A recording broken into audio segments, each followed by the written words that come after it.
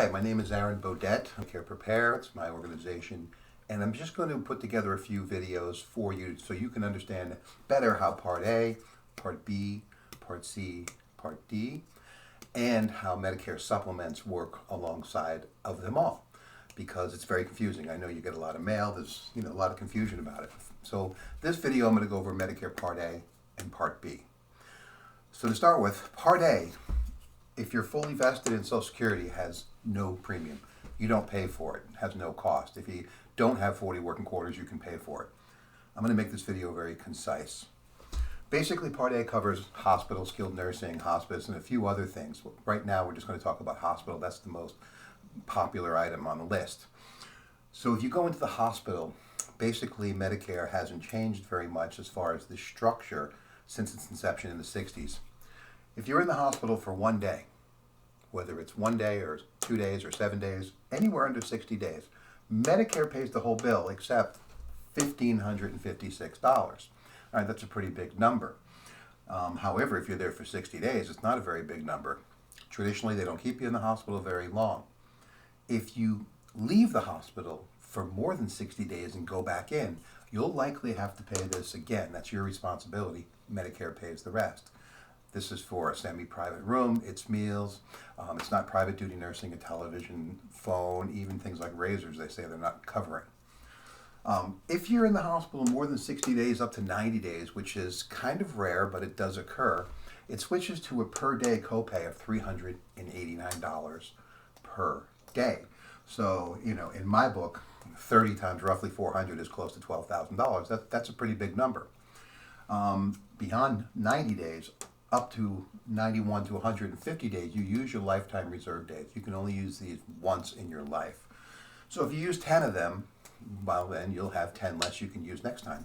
However, these days, the coinsurance or the copay costs it doubles to $778 per day, and almost $800 a day for those 60 days. That's a pretty big number. So most people will want to transfer that risk to an insurance company, and most people do. I'm just showing you how Medicare works. If you're in more than 150 days, Medicare stops paying. You're on the hook for 100%. Essentially, that's how Medicare Part A works for the hospital portion. Generally speaking, in my experience, they don't keep you in the hospital long. Once you're not acute, you're not really at risk of dying. They want you out. If you cannot go home, usually they use a skilled nursing facility. This may be a different floor in the same hospital. It may be another facility.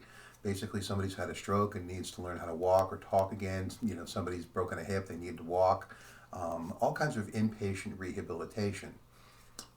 The first 20 days, Medicare pays 100%, so you're responsible for zero. If you stay more than 20 days, up to 100 days, Medicare pays the whole bill except for $194.50 per day. That's another big number. However, sometimes we need this type of care. If you can't go home, maybe you're alone, or you're getting older, and you've had a broken hip. It can be difficult. So you may need this skilled nursing. There's some other things covered under Part A, as I said, hospice, blood deductibles, but this is the main focus that we're talking about today. My next video, I'm going to talk about how to offset this. Let's talk about Part B of Medicare. This is the medical coverage. This is covering doctors and surgeons, specialists, outpatient therapy. It's covering testing, preventative services, some drugs, and most drugs that are administered in the hospital or doctor setting, infusions, those types of things are covered under Part B. So basically, the standard premium is $170.10 a month for 2022. If you are low income, you'll likely pay zero. If you're high income, by high I mean over 90,000 single, or I think it's over 180,000 for married, you'll pay more.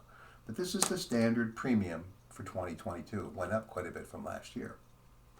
There's an annual deductible of $233. You go to the doctor for your visit, your first visit of the year, you pay the first $233.